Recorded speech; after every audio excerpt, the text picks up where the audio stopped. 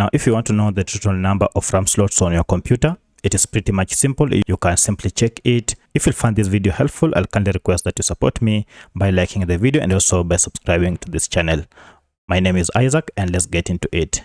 Now, the first thing you need to do is to go over to this taskbar down here and then right click on it.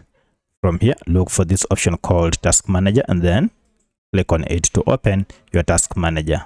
Now, under this Task Manager, you will be able to see the performance, the processes, and all the history of your computer programs. From this, go ahead and choose this option called Performance.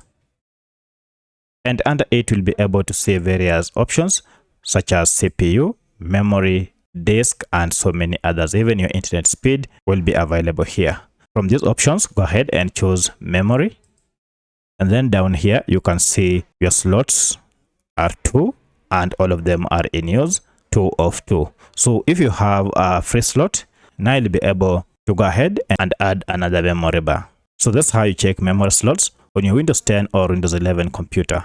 If you have any other question, kindly let me know in the comment section. Otherwise, thanks for watching and let's meet in the next video.